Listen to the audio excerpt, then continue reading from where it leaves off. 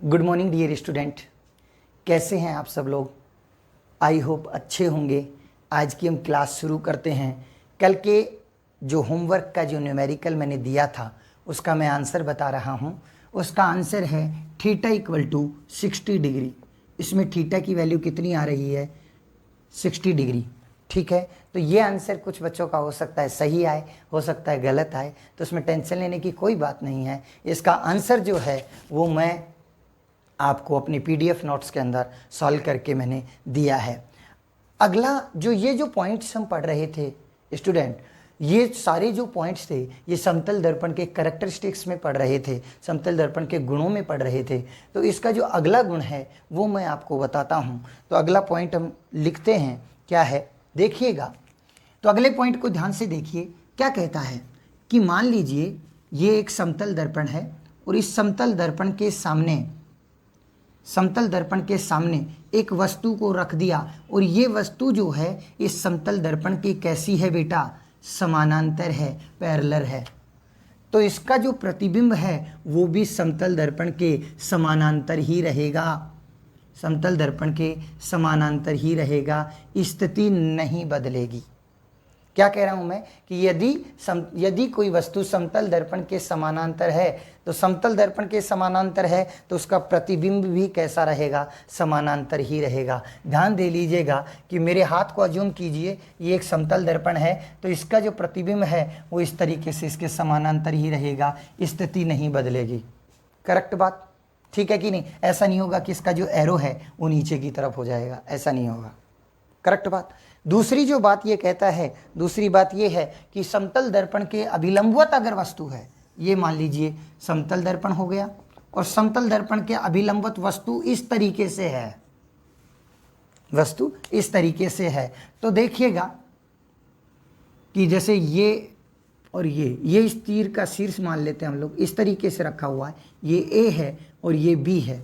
तो जब ये प्रतिबिंब बने तो दिमाग में अगर इस तरीके का देखे तो इस तरीके का प्रतिबिंब नहीं बनेगा, ये ऐसा नहीं बनेगा, ये ऐसे बनेगा। हाँ या ना, है कि नहीं है? तो ये कहता है कि यदि वस्तु समतल दर्पण के समानांतर है तो वस्तु समतल दर्पण के समानांतर ही रहेगी, स्थिति नहीं बदलेगी। और यदि वस्तु समतल दर्पण के अभिलंबवत है तो अभिलंबवत ही रहेगी लेकिन स्थिति बदल जाएगी। तो ये आपको ध्यान में रखना है, ये आपका पॉइंट हो गया। करेक्ट बात। अगला पॉइंट और देखते हैं। तो अगला पॉइंट देखिए क्या है। समतल दर्पण की फोकस दूरी व वक्रता त्रिज्या का मान अनंत होता है और समतल दर्पण का आवर्धन +1 होता है। फोकस दूरी व वक्रता त्रिज्या, फोकस दूरी व वक्रता त्रिज्या का मान अनंत, इन्फिनिटी, ठीक है। और इसका आवर्धन, ये आगे हम पढ़ेंगे आवर्धन क्या होता है। इसका आवर्धन जो है +1 रहेगा, ठीक है, क्योंकि प्रतिबिंब का आकार और बिंब का आकार जो है वो समान है। करेक्ट बात यहाँ तक। तो +1 यहाँ पर रहेगा। एक क्वेश्चन कर लेते हैं, सवाल नोट करिएगा आप सब लोग। एक समतल दर्पण के सामने 10 सेंटीमीटर दूरी पर एक वस्तु को रखा गया है। एक समतल दर्पण के सामने 10 सेंटीमीटर दूरी पर एक वस्तु को रखा गया है। ये क्या कहता है आगे? तो मैं क्या कह रहा हूँ, देखो उसने सवाल में दिया है हमको कि ये एक समतल दर्पण है, समतल दर्पण के सामने 10 सेंटीमीटर दूरी पर, यहाँ पर ये 10 सेंटीमीटर दूरी हो गई, 10 सेंटीमीटर दूरी पर एक वस्तु को रख दिया गया। करेक्ट बात। फिर आगे क्या कहता है? वस्तु के पीछे दर्पण से 30 सेंटीमीटर दूरी पर, यानी ये दर्पण है, इससे 30 सेंटीमीटर दूरी पर यहाँ पर एक व्यक्ति खड़ा है, एक व्यक्ति खड़ा है, ठीक है। अब एक व्यक्ति खड़ा है और ये प्रतिबिंब, अब वो कहता है कि इस व्यक्ति को प्रतिबिंब देखने के लिए आंखें कितनी दूरी पर फोकसित करनी पड़ेंगी? इस व्यक्ति को प्रतिबिंब देखने के लिए आंखें कितनी दूरी पर फोकसित करनी पड़ेंगी? सिंपल सवाल है बेटा। देखो मैंने क्या कहा कि यहाँ से ये कितनी दूरी है, दे रखी है आपको, 30 सेंटीमीटर दूरी है। करेक्ट है। अब व्यक्ति को प्रतिबिंब देखना है तो देख दर्पण के यहाँ पर ये 10 सेंटीमीटर पर है, तो इसका मतलब इसका प्रतिबिंब, मैंने कहा था distance of object equal to distance of image, तो इसका मतलब हो ना हो इसकी इमेज यहाँ पर बनेगी, और ये जो डिस्टेंस है ये कितनी हो गई, 10 सेंटीमीटर। करेक्ट।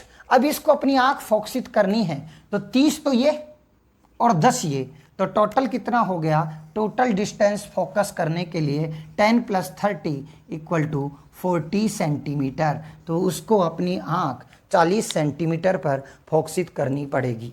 करेक्ट बात, कोई दिक्कत यहाँ तक? तो ये पॉइंट आपके समतल दर्पण के थे। समतल दर्पण के अंदर वस्तु और प्रतिबिंब के वेग के मध्य में संबंध, इस तरीके के टॉपिक और हैं जो कंपटीशन के पर्पज से हैं, लेकिन अभी हमें क्या कि ये जो वीडियो बन रहे हैं, ये जो वीडियो आप देख रहे हैं, ये केवल राजस्थान बोर्ड RBSC या जनरल जो बोर्ड हैं जिनके अंदर केवल अपने को थ्योरी और न्यूमेरिकल्स जो बुक्स के करने होते हैं उन्हीं के लिए है। कंपटीशन का अगर देखना है तो मेरा अलग से एक चैनल है, उस पर आप मेरे कंपटीशन के वीडियो देख सकते हैं। ठीक है, तो चलिएगा आज का अगला जो टॉपिक है बच्चों वो मैं शुरू करता हूँ, वो है गोलीय दर्पण। समतल दर्पण तो मैंने याद करो, पिछला थोड़ा सा मैं रिवाइज कर दूं, तो मैंने कहा था कि दर्पण कितने प्रकार का था, दर्पण 2 प्रकार का था। नंबर 1 समतल दर्पण, नंबर 2 गोलीय दर्पण। समतल दर्पण के बारे में हमने पढ़ा, समतल दर्पण के कुछ करैक्टरिस्टिक्स के बारे में हमने पढ़ा, और आज हम शुरू करेंगे हमारा अच्छा एक टॉपिक है और वो है गोलीय दर्पण। कौन सा? गोलीय दर्पण। तो टॉपिक का नाम है हमारा गोलीय दर्पण। गोलीय दर्पण क्या होता है? तो यहाँ पर कांच के खोखले गोले का भाग, कांच के खोखले गोले का भाग जिसकी एक सतह पर क्या की गई हो, एक सतह पर पॉलिश की गई हो, जिसकी एक सतह पर पॉलिश की गई हो। ठीक है, ओके। तो सबसे पहला कांच के खोखले गोले का भाग है, एक होलो स्फीयर है जो किससे बना हुआ है, ग्लास से बना हुआ है, कांच से बना हुआ है। और शर्त क्या है? शर्त है कि सतह पर पॉलिश की गई हो, जिसकी एक सतह पर क्या कर दी गई हो, पॉलिश कर दी गई हो। और पॉलिश के आधार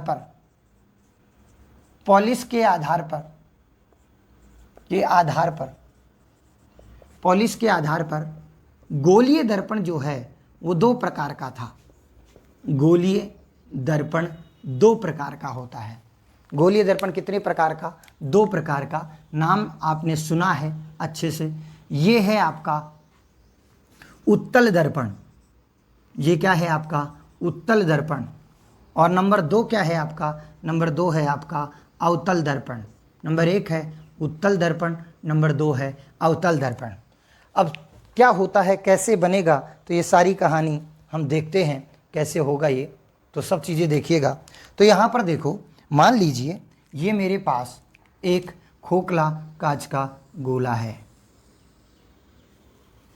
कांच का खोखला गोला है। ठीक है, इस कांच के खोखले गोले को मैं 2 पार्ट में डिवाइड कर देता हूं।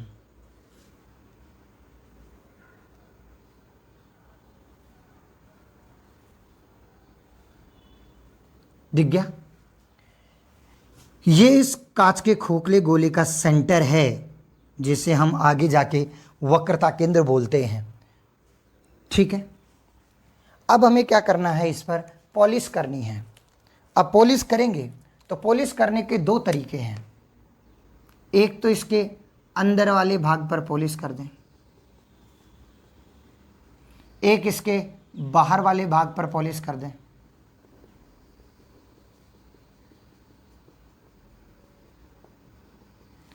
अंदर वाले भाग पर पॉलिश कर दोगे तो बन जाएगा उत्तल दर्पण, और बाहर वाले भाग पर पॉलिश कर दोगे तो बन जाएगा अवतल दर्पण। आंतरिक सतह पर क्या की गई? आंतरिक सतह पर पॉलिश, क्या बना? उत्तल दर्पण। ठीक है, बाह्य सतह पर पॉलिश, बाह्य सतह पर पॉलिश क्या बना? अवतल दर्पण। अवतल दर्पण। एक डेफिनेशन और बताई थी मैंने, जब आपने इसका जनरल टॉपिक जहाँ पर हमने शुरू किया था वहाँ पर हमने बताया था। बताया क्या था? मैंने ये कहा था कि ऐसा दर्पण जिसमें देखो ये आपका केंद्र है, वक्रता केंद्र, इसका परावर्तक पृष्ठ किधर होगा? बाहर की ओर। तो परावर्तक पृष्ठ यानी ऐसा दर्पण जिसका परावर्तक पृष्ठ वक्रता केंद्र से दूर होता है वो तो कहलाता है उत्तल दर्पण। ऐसा दर्पण जिसके अंदर परावर्तक पृष्ठ इसमें अंदर की तरफ होगा तो परावर्तक पृष्ठ दर्पण वक्रता केंद्र की ओर होता है, तो ऐसा जो दर्पण है वो अवतल दर्पण कहलाता है। मैं क्या कह रहा हूं? मैं ये कह रहा हूं कि ऐसा दर्पण जिसमें पृष्ठ जो है वो किधर है, इसका जो है परावर्तक पृष्ठ बाहर की ओर है तो अपन कह देंगे उत्तल दर्पण। बाहर की ओर किससे? वक्रता केंद्र से। वक्रता केंद्र से बाहर की ओर है तो उसे अपन क्या कहेंगे? उत्तल दर्पण। इसके अंदर परावर्तक पृष्ठ, क्योंकि इधर तो पॉलिश वाला भाग है, इसके सामने वाले ये जो भाग है परावर्तक जो पृष्ठ है ये वक्रता केंद्र की ओर है और इसे अपन क्या कहेंगे? अवतल दर्पण कहेंगे। करेक्ट बात वो। अगला देखो, दर्पण की दो बातें आती हैं, यहां पर हम ध्यान भी रख सकते हैं कि दर्पण पर आपतित प्रकाश की किरण दर्पण से परावर्तन होने के पश्चात किसी एक बिंदु पर मिलती है। मान लीजिए परावर्तित किरणें थी, दर्पण से परावर्तित हुई और किसी एक बिंदु पर मिल गई तो उसे हम कहते हैं अभिसारी प्रकृति या अभिसारित प्रक्रिया। और यदि परावर्तन के पश्चात प्रकाश की किरणें फैल जाएं तो उसे हम कहते हैं अपसारित। यहां पर ध्यान दीजिएगा,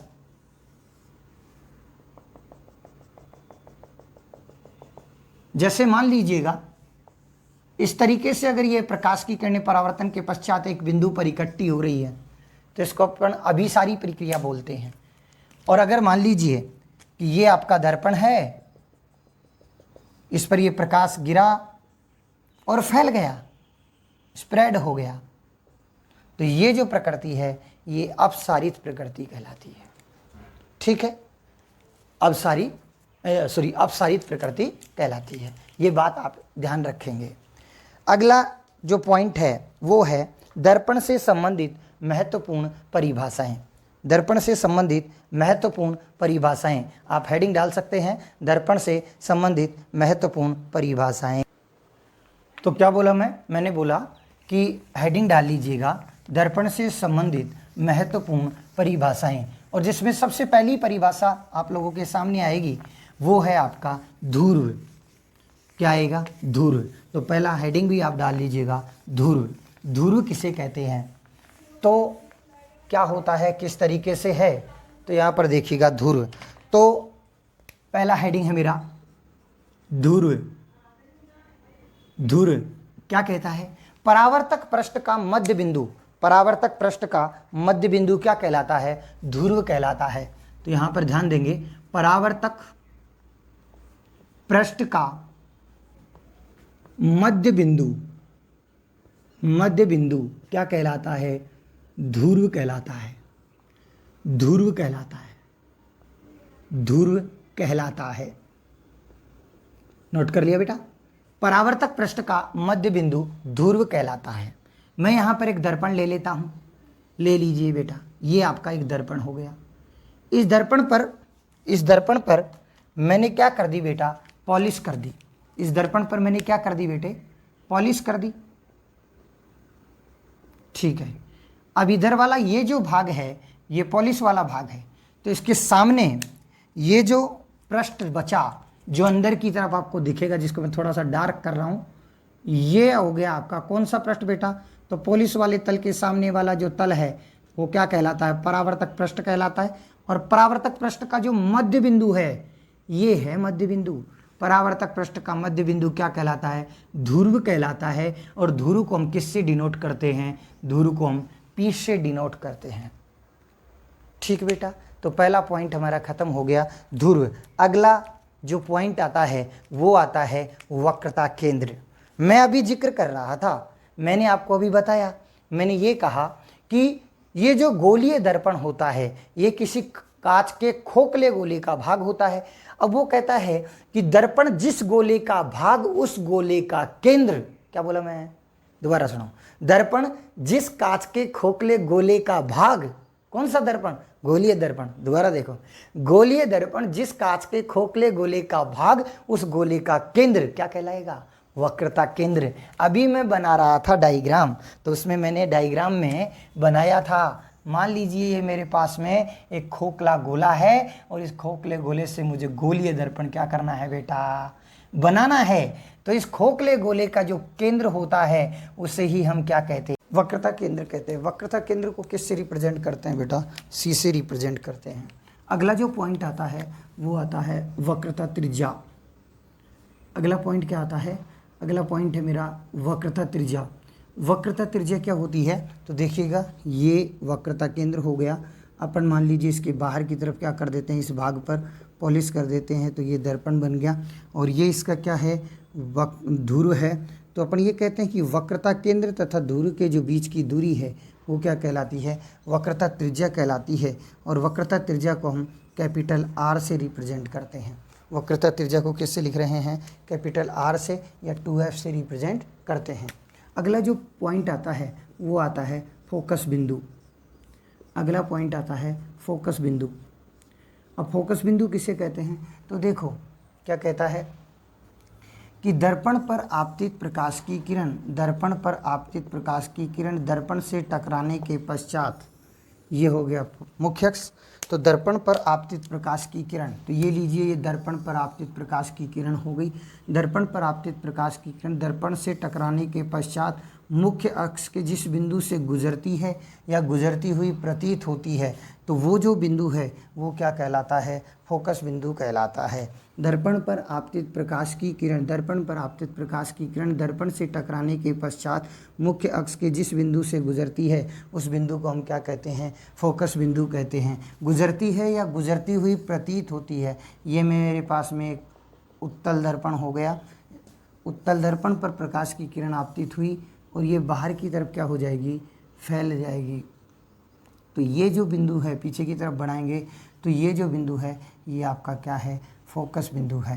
तो हम कह रहे हैं कि दर्पण पर आपतित प्रकाश की किरण दर्पण से टकराने के पश्चात मुख्य अक्ष से जिस बिंदु से गुजरती है या गुजरती हुई प्रतीत होती है उस बिंदु को हम क्या कहते हैं, उस बिंदु को हम कहते हैं फोकस बिंदु। और फोकस बिंदु को हम किससे रिप्रेजेंट करते हैं, फोकस बिंदु को कैपिटल एफ से रिप्रेजेंट करते हैं। करेक्ट बेटे यहाँ तक। अब यहाँ पर एक बात ध्यान रखने योग्य बात है, और वो क्या कि देखिएगा, यदि आपका क्रव पृष्ठ इधर ऐसा है, इस तरीके से अंदर की तरफ मुड़ा हुआ है, तो इस पर जब प्रकाश की किरण गिरेगी तो टकराने के पश्चात वो अंदर की तरफ मुड़ेगी। और यदि इस तरीके से उभरा हुआ भाग है और इस पर प्रकाश की किरण गिरेगी तो वो बाहर की तरफ निकलेगी। ये बात आपको ध्यान रखनी है, ये बात आपको तो काम आएगी किरण आरेख बनाते हुए।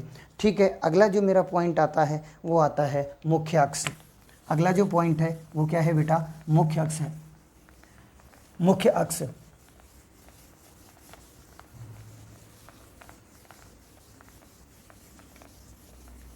तो हेडिंग डाल लीजिएगा मुख्य अक्ष।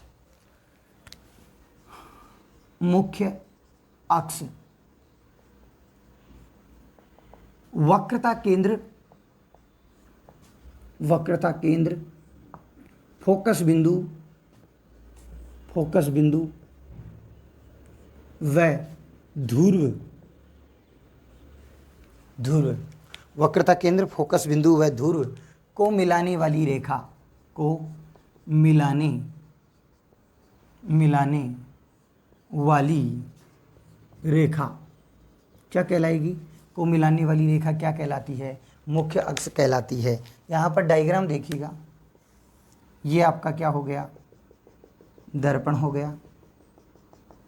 ये आपका वक्रता केंद्र मैं मान लेता हूँ, ये मैं कहता हूँ कि ये इसका फोकस बिंदु है और ये इसका क्या है, ध्रुव।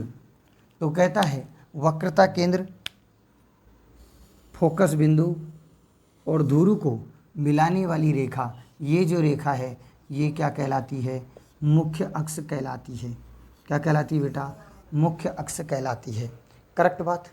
अगला पॉइंट क्या है, अगला पॉइंट है फोकस दूरी।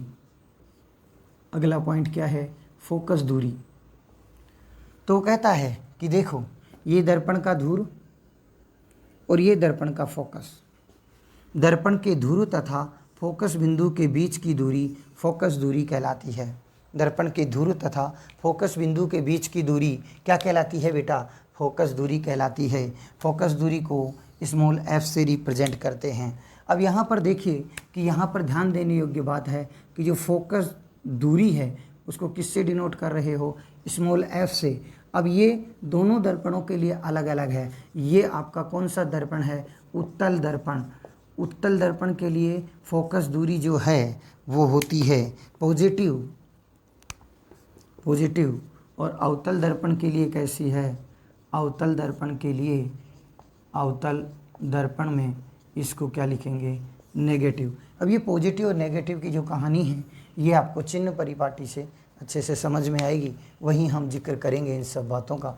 अभी केवल इतना सा ध्यान रख लीजिएगा कि उत्तल दर्पण के लिए फोकस दूरी कैसी होती है? पॉजिटिव, और अवतल दर्पण के लिए फोकस दूरी कैसी होती है बेटा? नेगेटिव होती है। अगला पॉइंट आता है दर्पण का द्वारक। हेडिंग डाल लीजिएगा, दर्पण का द्वारक। दर्पण का द्वारक क्या है? तो यहाँ पर क्या कहता है कि परावर्तक पृष्ठ का जो व्यास है वही क्या कहलाता है? दर्पण का द्वारक कहलाता है। परावर्तक पृष्ठ, दर्पण के परावर्तक तल का व्यास। अब आप देखिएगा कि ये मान लीजिए मेरे पास में दर्पण है, ठीक है, ये मेरे पास क्या है? दर्पण है। अब सीधा सा एक चीज़ समझिएगा कि देखो दर्पण बहुत बड़ा है, लेकिन ऐसा थोड़ी है कि पूरा दर्पण ही परावर्तक पृष्ठ में काम आ रहा है या परावर्तन में काम आ रहा है। मान लीजिएगा कि मैं ये मान लेता हूँ कि इतना जो दर्पण है वही मेरे पास में क्या आ रहा है? काम आ रहा है। तो इस परावर्तक पृष्ठ का जो ये व्यास होता है, ये, या यहाँ से माने तो इस परावर्तक पृष्ठ का ये जो व्यास है ये क्या कहलाएगा? दर्पण का द्वारक। क्या कहलाएगा? दर्पण का द्वारक। ये दर्पण का द्वारक है। फिर एक चीज़ तो मैंने क्या कहा कि परावर्तक पृष्ठ का जो व्यास होता है, परावर्तक तल का जो व्यास है वो क्या कहलाएगा? दर्पण का द्वारक कहलाएगा। अगला हेडिंग है मेरा द्वारक कोण। द्वारक कोण, द्वारक कोण, तो ये आपका वक्रता केंद्र हो गया। वक्रता केंद्र हो गया तो यहाँ से ध्यान देने योग्य बात है ये कि इस तरीके से आप देखिएगा तो दर्पण का जो परावर्तक या दर्पण का जो द्वारक है ये इस वक्रता केंद्र C पर, वक्रता केंद्र C पर जो कोण बनाता है उसे ही हम क्या कहते हैं? द्वारक कोण कहते हैं। वक्रता केंद्र C पर जो कोण बनाता है उसी को हम क्या कहेंगे? द्वारक कोण कहेंगे। करेक्ट बात यहाँ तक? ठीक है, कोई दिक्कत यहाँ पर? तो कहता है कि दर्पण का द्वारक वक्रता केंद्र C पर जो कोण बनाता है उसे अपन क्या कहते हैं? दर्पण का द्वारक कहते हैं। अगला आता है फोकस तल। एक पॉइंट आता है फोकस तल। फोकस तल, तो यहाँ पर फिर मैं एक डायग्राम बना रहा हूँ। ये मेरे पास में एक दर्पण हो गया, ये मुख्य अक्ष हो गई। मैं मान लेता हूँ कि ये आपका फोकस बिंदु है, और इस फोकस बिंदु, तो मुख्य अक्ष के अभिलंबवत फोकस बिंदु से गुजरने वाले तल को, ये इस तरीके से दिखेगा आपको, तल को हम क्या कहते हैं? फोकस तल कहते हैं। मुख्य अक्ष के लंबवत तथा फोकस बिंदु से गुजरने वाला जो तल है वो क्या कहलाता है? फोकस तल कहलाता है। एक चीज़ यहाँ पर और ध्यान रखने हैं, कई बार क्या होता है कि हम ये बात करते हैं कि ये जो दर्पण है, अब ये कहता है कि ये इसकी मुख्य अक्ष हो गई। अब इसमें क्या कहता है कि यहाँ पर ध्यान देने योग्य बात है, और वो क्या कि प्रकाश की किरण मान लीजिए यहाँ पर भी आपतित हो रही है, प्रकाश की किरण यहाँ भी आपतित हो रही है, एक प्रकाश की किरण यहाँ आपतित हो रही है, एक प्रकाश की किरण यहाँ आपतित हो रही है। अभी मैं क्या बोला कि दर्पण पर आपतित प्रकाश की किरण दर्पण से टकराने के पश्चात मुख्य अक्ष के जिस बिंदु से गुजरती है या गुजरती हुई प्रतीत होती है उस बिंदु को फोकस बिंदु कहते हैं। इसका मतलब सारी की सारी किसी न किसी एक बिंदु पर मिलेंगी। लेकिन अब देखो ये जो प्रकाश की किरणें जो मैं बना रहा हूँ, जिन पर मैं क्रॉस का निशान लगा रहा हूँ, ये जो प्रकाश की किरणें हैं इनको हम बोलते हैं पराक्षीय किरणें। पराक्षीय किरणें, और ये मुख्य अक्ष के जो बिल्कुल नज़दीक हैं इनको हम बोलते हैं उपाक्षीय किरणें। उपाक्षीय किरणें, तो प्रकाशिकी में जब हम अध्ययन कर रहे हैं तो उसमें पराक्षीय किरणों को उपेक्षणीय माना गया है। एनसीईआरटी में लिखा हुआ है कि दर्पण के परावर्तन के समय पराक्षीय किरणों को जो है वो क्या माना गया है? उपेक्षणीय माना गया है। इसका मतलब ये है कि हम केवल वही घटना पढ़ेंगे, उन्हीं किरणों का जिक्र हम कर रहे हैं जो इस मुख्य अक्ष के ज़्यादा दूरी पर नहीं होती हैं। मुख्य अक्ष के नज़दीक जो किरणें होती हैं उनको हम उपाक्षीय किरणें कहते हैं, और मुख्य अक्ष से दूर जो किरणें होती हैं उन्हें हम पराक्षीय किरणें कहते हैं। करेक्ट बात। तो बेटे ये सारी जो इतनी बातें अपन ने पढ़ी, इतने पॉइंट्स हमने पढ़े, इनके लिए हम एक बहुत अच्छा सा एक डायग्राम बना लेते हैं। उस डायग्राम से ये सारी चीज़ें क्या हो जाएंगी, क्लियर हो जाएंगी। तो आप यहाँ पर देखिएगा किस तरीके से है ये कहानी। तो हम पूरी कहानी को बनाते हैं एक डायग्राम में।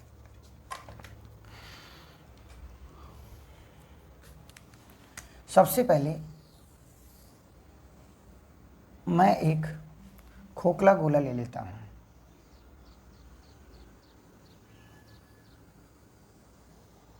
सॉरी,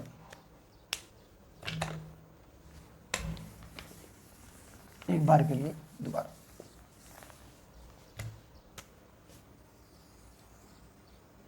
ये खोखला गोला ले लिया, ठीक है।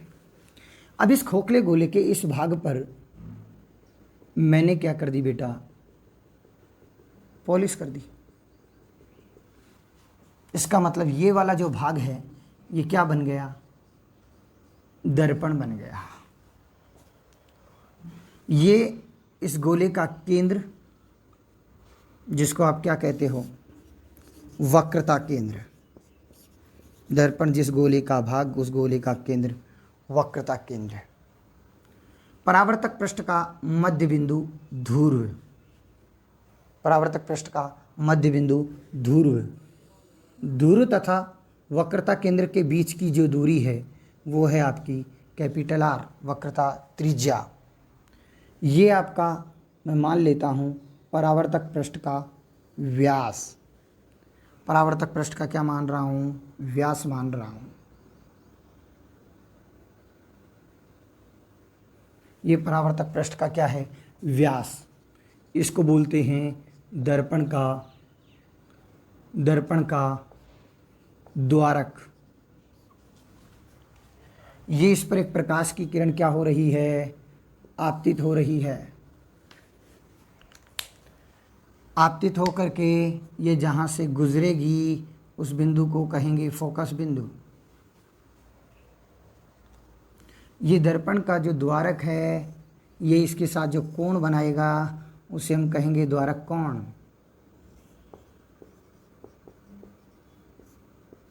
द्वारक कोण।